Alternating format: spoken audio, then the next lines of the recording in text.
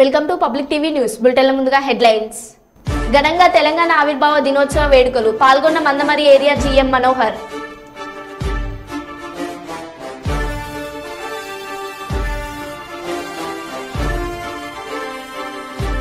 క్యాదన్పల్లి municipality కార్యాలయంలో ఘనంగా తెలంగాణ ఆవిర్భావ వేడుకలు.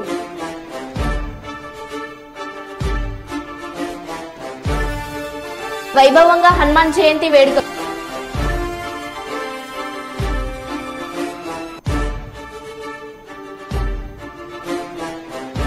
ఇచ్చిన ప్రతి ఒక్క హామీని నెరవేరుస్తాం క్యాదన్పల్లి మున్సిపాలిటీ కాంగ్రెస్ పార్టీ నాయకులు.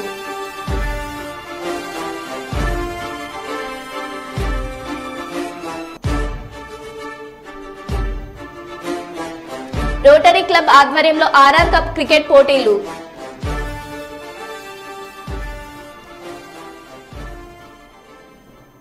ఇక వివరాల్లోకి వెళ్తే మందమరి ఏరియా రామకృష్ణాపూర్ పట్టణం సింగరేణి ఆధ్వర్యంలో తెలంగాణ రాష్ట్ర ఆవిర్భావ వేడుకలు ఘనంగా నిర్వహించారు. మందమరి ఏరియా జీఎం మనోహర్ స్థానిక ఠాగూర్ స్టేడియంలో జాతీయ పతాకాన్ని ఆవిష్కరించారు. అలాగే సూపర్ బజార్ చౌరస్తాలోని తెలంగాణ తల్లి విగ్రహానికి పూలమాలలు వేసిన అనంతరం రామాలయం చౌరస్తాలోని అమరవీరుల స్తూపానికి నివాళులర్పించారు. ఈ సందర్భంగా జీఎం మనోహర్, ఏఐటీయూసీ నాయకులు అక్బర్ అలీ మాట్లాడుతూ తెలంగాణ ఉద్యమ సమయంలో అమరులైన విద్యార్థుల పోరాట ఫలితమే నేడు తెలంగాణ రాష్ట్ర ఏర్పాటుకు సహకారమైందని పేర్కొన్నారు. సకజనుల సమ్మెలో తెలంగాణ కార్మికుల పోరాటాన్ని మరువలేమని వారు గుర్తు చేశారు. ఈ కార్యక్రమంలో సీఎంఏవై అధ్యక్షులు Ramesh, GM safety BPL regional Raghukumar, personal manager Shyam Sundar, MD Asif, rescue incharge Rammohan పాల్గొన్నారు.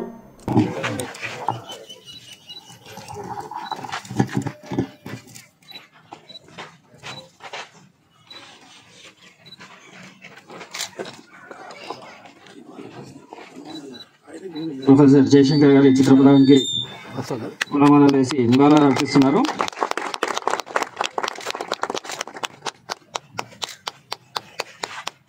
అదర్ డిగ్నిటరీస్ అందరూ పూలు వేసి నివాళులు అర్పించవలసింది విజ్ఞప్తి.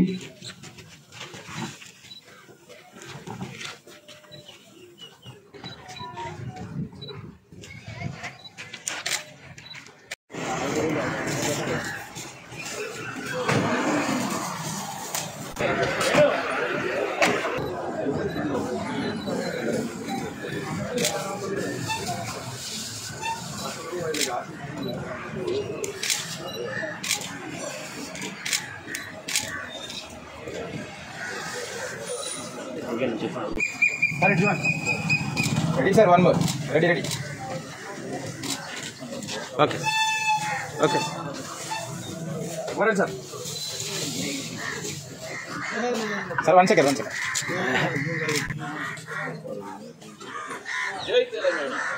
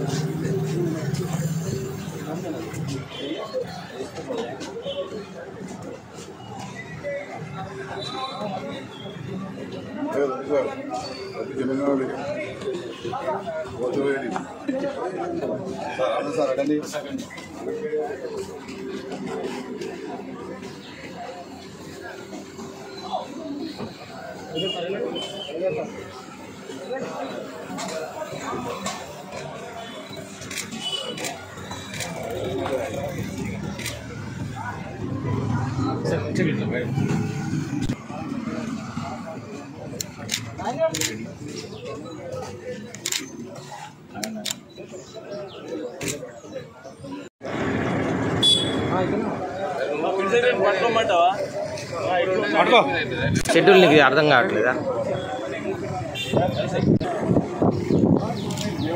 తెలంగాణ అమరవీరులకు తెలంగాణ అమరవీరులకు జై తెలంగాణ.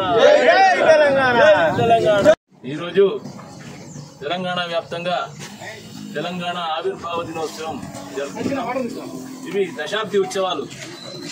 మరి తెలంగాణ సాధించి దశాబ్దం గడిచింది. మరి ఈరోజు ఉత్సవాలు జరుపుకోవడం జరుగుతుంది కాబట్టి మరి మన తెలంగాణ ప్రజలకు, సింగరేణి కార్మికులందరికీ శుభాకాంక్షలు తెలియజేస్తూ మరి ఈరోజు ఈ కార్యక్రమం సింగరేణి ఆధ్వర్యంలో మన జీఎం గారు గౌరవనీయులైన మనోహర్ రావు గారు, అదే రకంగా మన రాజేశ్వర్ రెడ్డి గారు ఎస్ఓ2 జీఎం శ్యామ్ సుందర్ గారు, అదేవిధంగా CMOA అధ్యక్షులు రమేష్ గారు, మన ఏజెంట్ గారు మరియు అధికారులందరూ పాల్గొనడం జరిగింది. మనందరికీ తెలుసు ప్రతి సంవత్సరం ఈ ఉత్సవాలు జరుపుకుంటున్నాం. మరి సింగరేణిలో ఆనవాయితీగా మనం ఈ ఉత్సవాలు బ్రహ్మాండంగా జరుపుకుని ఏదైతే సాధించుకున్నామో ఈ తెలంగాణలో కూడా సింగరేణియే కొంగు బంగారం కాబట్టి దీన్ని దినదినాభివృద్ధి చేసుకుంటూ సింగరేణి కాకుండా సింగరేణి చుట్టూ ప్రాంతాలు ప్రభావిత ప్రాంతాలను కూడా మనం అభివృద్ధి చేసుకుంటూ విద్య, వైద్యం, సంక్షేమంలో కూడా అందరినీ కలుపుకొని ముందుకెళ్లడం జరుగుతుంది. మరి సింగరేణి ఎప్పుడైతే తెలంగాణ వచ్చిన తర్వాత ప్రతి సంవత్సరం లాభాల బాటలో ప్రయాణిస్తూ 1000 కోట్ల లాభాలు కూడా సాధించుకోవడం జరుగుతుంది. మనందరికీ తెలుసు ఈ సంవత్సరం కూడా 3000 కోట్ల లాభాలు వచ్చినట్టు కూడా తెలిసింది. మరి చాలా శుభ. ఉచిత వైద్య శిబిరాలను పేదలు సద్వినియోగం చేసుకోవాలి. సంతానం లేని దంపతులకు ఉచిత వైద్య శిబిరం ఉపయోగపడుతుంది. విలువైన వైద్యాన్ని పేద ప్రజలకు అందించేందుకు శిబిరం ఏర్పాటు చేయడం జరిగిందని managing director Anil Kumar doctor Gautam చెప్పారు. ఈ రోజు కర్నూలు నగరంలోని మదర్ తెరీసా విగ్రహ సమీపంలో ప్రైమ్ ప్లేస్లో హాస్పిటల్లో ఏడాది పూర్తవుతున్న సందర్భంగా ఉచితంగా IVF మెడికల్ కౌన్సిల్ క్యాంపు జరిగింది. ఈ శిబిరంలో పాల్గొన్న వారికి ఉచిత వైద్య శిబిరాన్ని ఏర్పాటు చేయడం జరిగిందన్నారు. ఈ వైద్య శిబిరంలో ఉచితంగా ఆడవారికి స్కానింగ్ చేయడం, ఉచితంగా మగవారికి వీర్య కణాలను చూడడం జరిగిందన్నారు. ఈ ఉచిత వైద్య శిబిరానికి వచ్చిన వారికి వైద్యం ఎంతో ఖర్చుతో కూడుకున్నట్లయితే వారికి రాయితీ ఇవ్వడం జరుగుతుందన్నారు.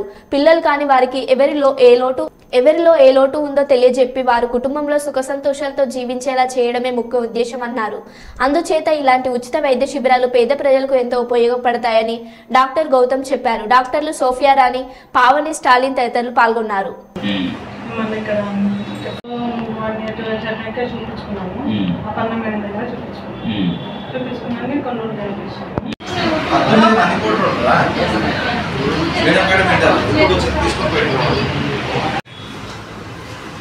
నమస్కారం అండి, నా పేరు doctor Gautam, prime plus fertility centre medical director అండి. ఈరోజు మా మొదటి వార్షికోత్సవం సందర్భంగా మేము ఉచిత ఇన్ఫర్టిలిటీ క్యాంప్ అనేది కండక్ట్ చేయడం జరుగుతుంది. ఈ క్యాంప్లో ఎందుకు మెయిన్గా ఉద్దేశం ఏంటంటే మన పేద ప్రజలు ఎవరైతే ఉన్నాయో ఈ ఇన్ఫర్టిలిటీ ట్రీట్మెంట్స్ అనేవి కొంచెం కాస్ట్లీ ట్రీట్మెంట్స్ లాగా ఉన్నాయండి. కాబట్టి పేద ప్రజలు చాలామంది పిల్లలు లేని వాళ్ళు ఇబ్బంది పడుతున్నారు. సో వాళ్ళని ఐడెంటిఫై చేసి పేదలకు ఈరోజు ఈ క్యాంపులో వచ్చిన వాళ్ళకి ఉచితంగా వైద్యము, ఉచితంగా స్కానింగ్ చేయడం ఆడవాళ్ళకి, తర్వాత మగవాళ్ళకి వీర్య కణాలు ఉన్నాయా లేదని సెమెన్ అనాలిసిస్ అనేది ఉచితంగా చేయడానికి ఈ క్యాంప్ కండక్ట్ చేస్తున్నాం. ఈ క్యాంప్ ద్వారా వచ్చిన వాళ్ళకి కూడా మనం IVFలో ఏదైతే ఖర్చు ఎక్కువ అవుతుందో IVFలో దాంట్లో కూడా మనం రాయితీ ఇవ్వడానికి కూడా సుముఖంగా ఉన్నాం. నిజమైన అర్హమైన వాళ్ళకందరికీ కూడా మన వైద్యంలో ఖచ్చితంగా మనము తగ్గించుకొని వాళ్ళ ఇంట్లో సంతోషంగా వాళ్ళ హ్యాపీగా ఉండడానికి కోసమే మనం ఈ క్యాంప్ కండక్ట్ చేస్తున్నాం. దీంట్లో ఈ క్యాంప్ ద్వారా వచ్చిన వాళ్ళకి, ఈ క్యాంప్ వచ్చిన వాళ్ళకందరికీ కూడా స్కానింగు, వీర్య కణాల పరీక్ష ఉచితంగా చేయడం జరుగుతుంది.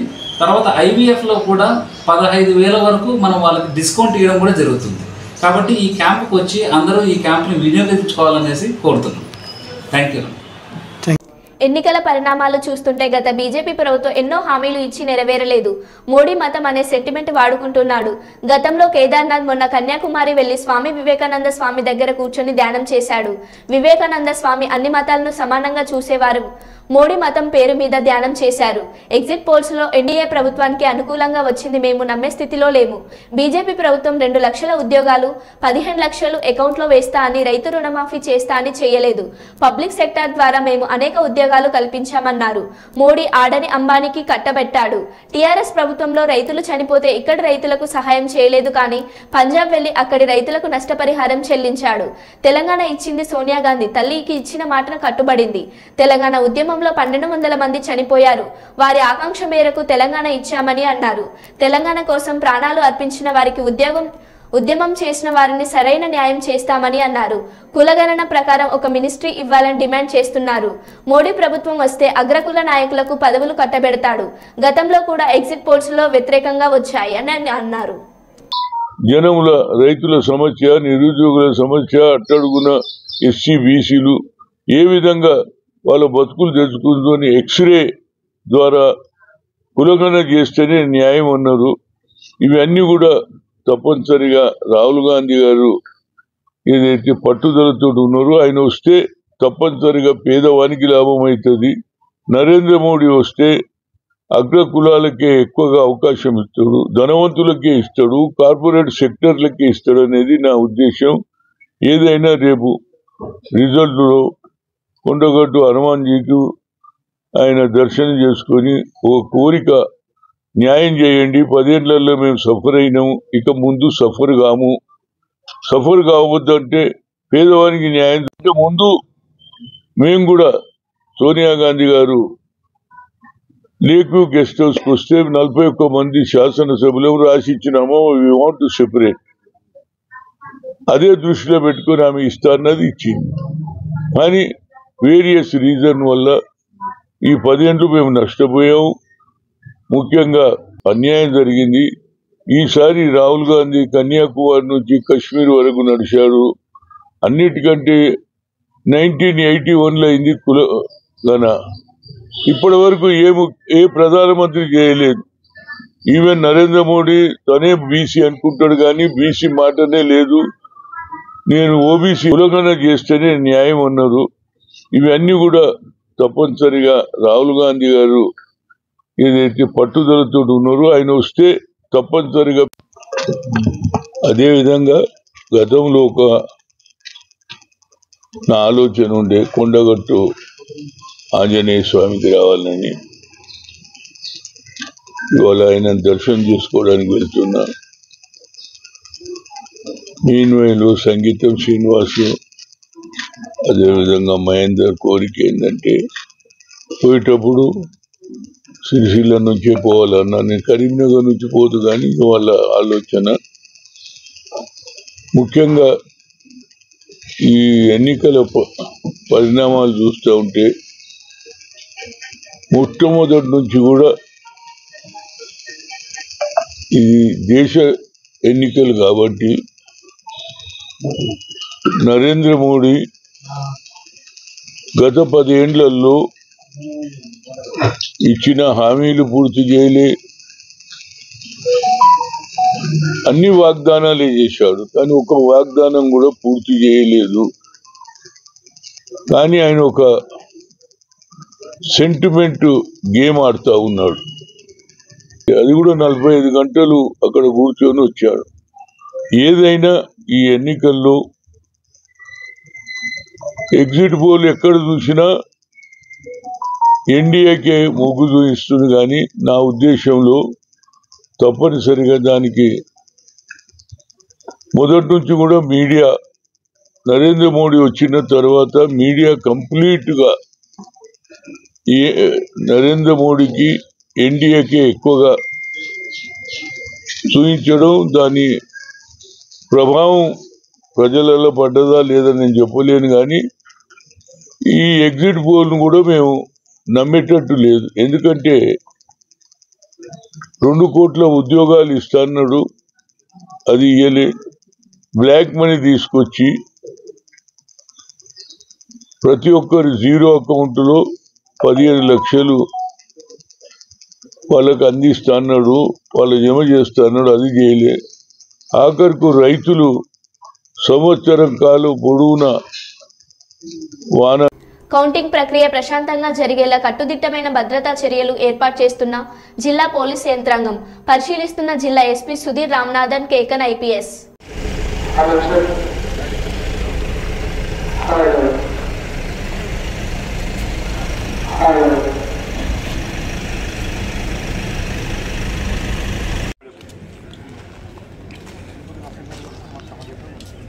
Bhadrachalam polling counting agents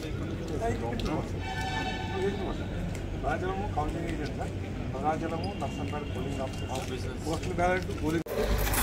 hello mike hello. నూతన టెక్నాలజీని ఉపయోగిస్తూ నేరాల నియంత్రణ కృషి చేయాలని, కోట్లాడి తెచ్చుకున్న తెలంగాణ రాష్ట్రాన్ని అభివృద్ధి చేసుకునేందుకు ప్రతి ఒక్కరూ సహకరించాలని Ramagundam police commissioner M Srinivas సిబ్బందికి సూచించారు. ఈ మేరకు పెద్దపల్లి జిల్లా రామగుండం పోలీస్ కమిషనరేట్ కార్యాలయ ఆవరణలో తెలంగాణ ఆవిర్భావ వేడుకలను ఘనంగా నిర్వహించారు. ముందుగా పోలీస్ అధికారులతో కలిసి ప్రొఫెసర్ జయశంకర్ తెలంగాణ తల్లి చిత్రపటానికి పూలమాలలు వేసి నివాళులర్పించారు. అనంతరం పోలీసులు గౌరవ వందనం స్వీకరించి జాతీయ జెండాను ఆవిష్కరించారు. అలాగే ఉత్తమ సేవలు అందించిన పోలీసులకు పోలీస్ సేవా పథకాలతో పాటు ప్రశంస పత్రాలను అందించారు.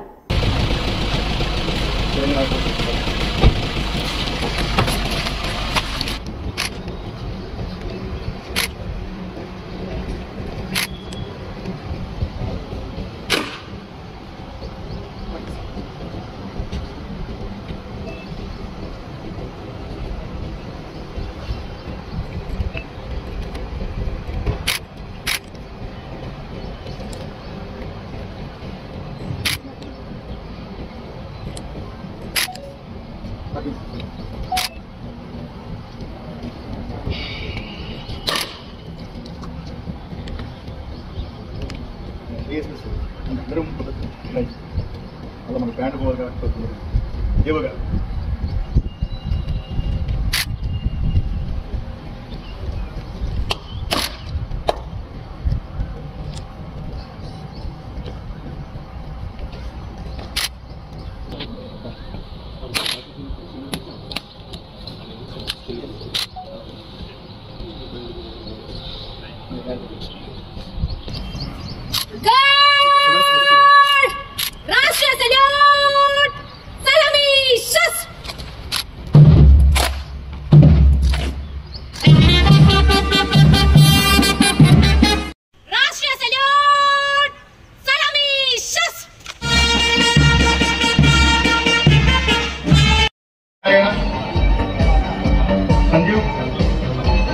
संजीव भगवान गौर लाइफ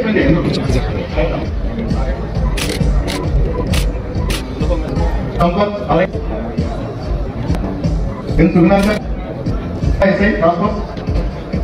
మళ్ళీ ఒక స్వతంత్ర పోరాటం లాగా చేసి అహింసా పద్ధతిలోనే మళ్ళా తెలంగాణ ఫార్మేషన్ అయింది. ఒక స్టేట్ ఫార్మ్ అయింది.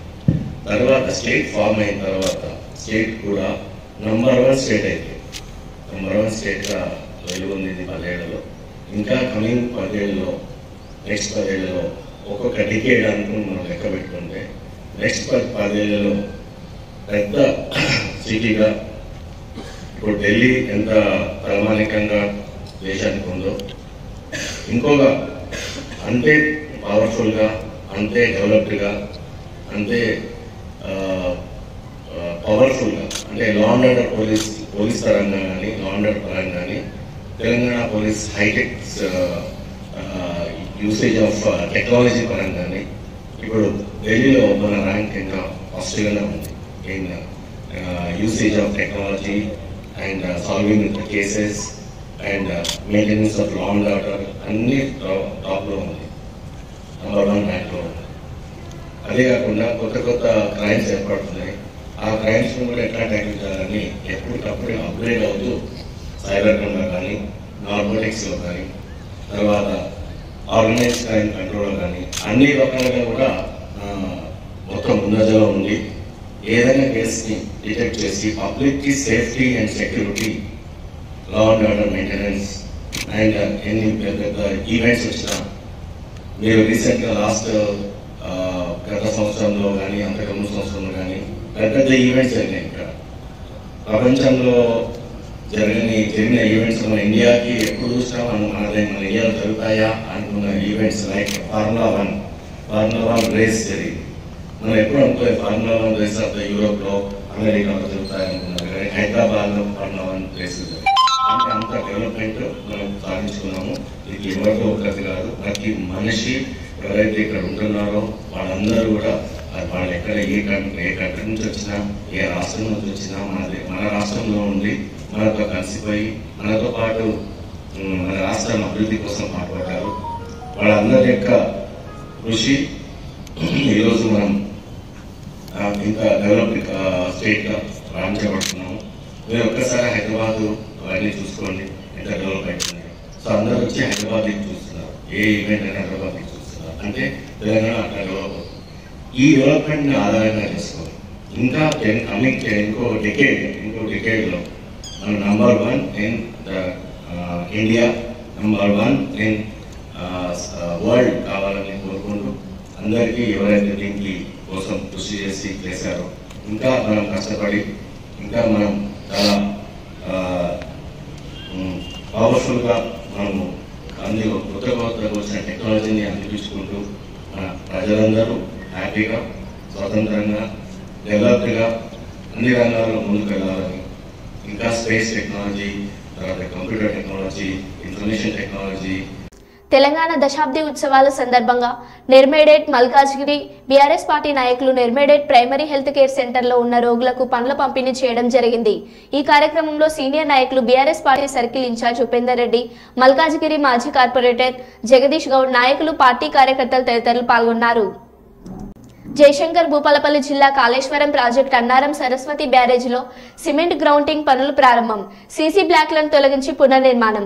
బ్యారేజ్ ఆఫ్ స్ట్రీమ్, డౌన్ స్ట్రీమ్లలో ఇసుక మేటలు తొలగింపు.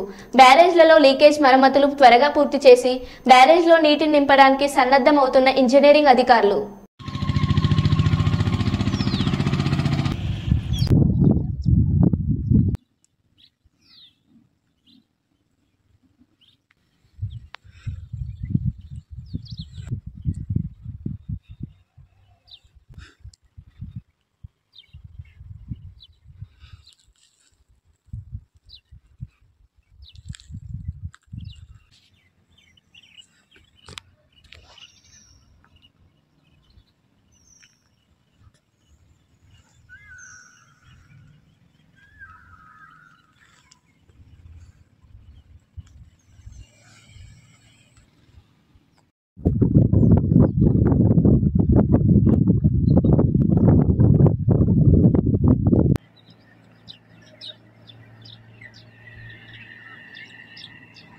కౌంటింగ్ ప్రక్రియ ప్రశాంతంగా జరిగేలా కట్టుదిట్టమైన భద్రతా చర్యలు ఏర్పాటు చేస్తున్న జిల్లా పోలీసు యంత్రాంగం, పరిశీలిస్తున్న జిల్లా ఎస్పీ సుధీర్ రామనాథన్ కేకన్ ఐపీఎస్.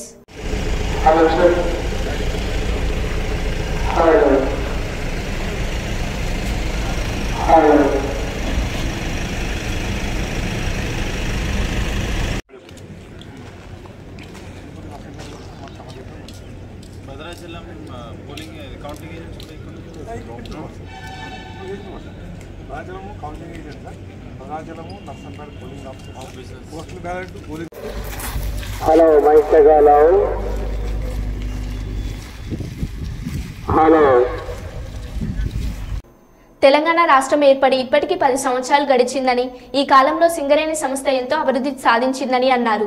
ఈ సందర్భంగా సింగరేణి ఉద్యోగులు మరింత ఉత్సాహంతో సంస్థ యొక్క అభివృద్ధికి తోడ్పడాలని వారు అన్నారు. ఈ కార్యక్రమంలో STO GM Rajeshwar Reddy, AITUC branches secretary Shailendra Satyanarayana, CMO AI అధ్యక్షులు Ramesh, personal manager S Shyam Sundar, DYPM MD Hafsib, SSO R Ravi పాల్గొన్నారు. ఈ కార్యక్రమానికి ముఖ్య అతిథిగా మందమరి జీఎం ఏ మనోహర్ హాజరై మందమరి ఏరియాలోని రామకృష్ణాపూర్ ఠాగూర్ స్టేడియంలో జాతీయ జెండాను ఆవిష్కరించి సూపర్ బజార్ సెంటర్లో ఉన్న తెలంగాణ తల్లి విగ్రహానికి పూలమాలలు వేసి రామాలయం సెంటర్లో ఉన్న తెలంగాణ అమరవీరుల స్తూపానికి నివాళులర్పించి మందమరి ఏరియా జనరల్ మేనేజర్ కార్యాలయంలో మరియు సింగరేణి హైస్కూల్ గ్రౌండ్లో జాతీయ జెండాను ఆవిష్కరించి ప్రొఫెసర్ జయశంకర్ మరియు అమరవీరుల స్తూపం తెలంగాణ తల్లి చిత్రపటానికి పూలమాలలు వేసి నివాళులర్పించారు. అనంతరం జరిగిన సభలో వారు మాట్లాడుతూ, ముందుగా పట్టణ ప్రజలకు, అధికారులకు, ఉద్యోగులకు సింగరేణితో ప్రత్యక్షంగా పరోక్షంగా సంబంధం ఉన్న ప్రతి ఒక్కరికి తెలంగాణ రాష్ట్ర ఆవిర్భావ దినోత్సవ శుభాకాంక్షలు తెలియజేశారు. ఆ సందర్భంగా ప్రాణత్యాగం చేసినటువంటి ఆ అమరులందరికీ కూడా నేను ఈ సందర్భంగా జోహార్లు, నివాళులు అర్పిస్తా ఉన్నాను. వారందరినీ మనం గుర్తు చేసుకోవడం, ముఖ్యంగా ఈ రోజున తెలంగాణ ఆవిర్భావ దినోత్సవం రోజున గుర్తు చేసుకోవడం మన బాధ్యత, మన ధర్మం అని చెప్పేసి నేను తెలియజేస్తూ, మరి తెలంగాణ రాష్ట్రాన్ని సాధించేందుకు జరిగినటువంటి ఉద్యమంలో మన సింగరేణి ఉద్యోగులు కూడా కీలకమైనటువంటి పాత్రను పోషించారు.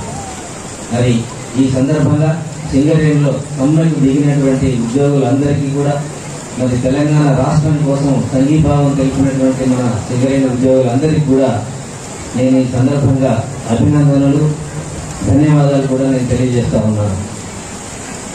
అయితే ఇందాక తెలియజేసినట్టు మన సింగరేణి కాలనీస్ దినదినాభివృద్ధి చేసినందుకు ప్రతి సంవత్సరం ఎంతో కొంత ఉత్పాదకతలో బొగ్గు రవాణాలో టర్నోవర్లో అభివృద్ధి సాధిస్తూ గడిచిన ఆర్థిక సంవత్సరం 2023-24 సంవత్సరంలో 70 మిలియన్ టన్నుల మైలు రాయిని కూడా దాటిందనే విషయం మీ అందరికీ తెలుసు.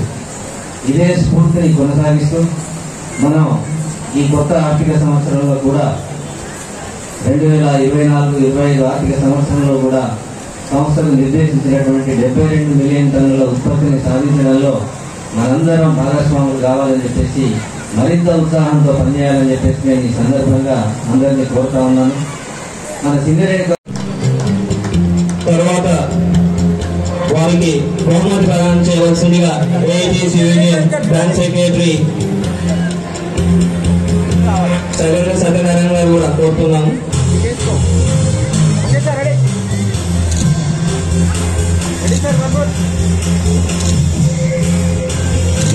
వారికి అప్రిషియేషన్ ఇవ్వవలసిందిగా కోరుకుంటున్నాము.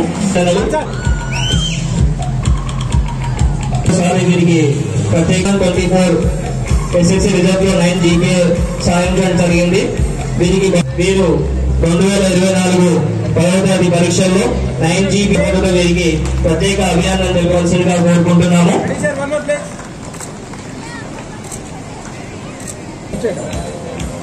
కొంచెం దగ్గర ఓకే కొంచెం చూద్దామండి సార్ ఇక్కడ కెమెరా తర్వాత శ్రీమతి కె సింధిరా వైఫ్ ఆఫ్ పెంట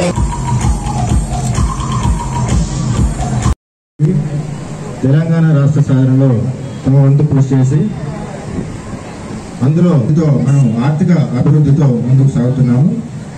ఇదంతా కూడా మన సంస్థలో పనిచేస్తున్న ఉద్యోగుల కష్టపడి పనిచేసి ఒకే కుటుంబం ఒకే లక్ష్యం ఒకే ఉంటాయి. వాటిని కొనసాగించాల్సిందిగా శ్రీ ఆసిఫ్ గారిని కోరుతున్నాం. ధన్యవాదాలు సార్. ఇప్పుడు హానరింగ్ ఆఫ్ వేసవలసిందిగా కోరుతున్నాను. మీ వంశీ సీనియర్ బ్యూరో గారు.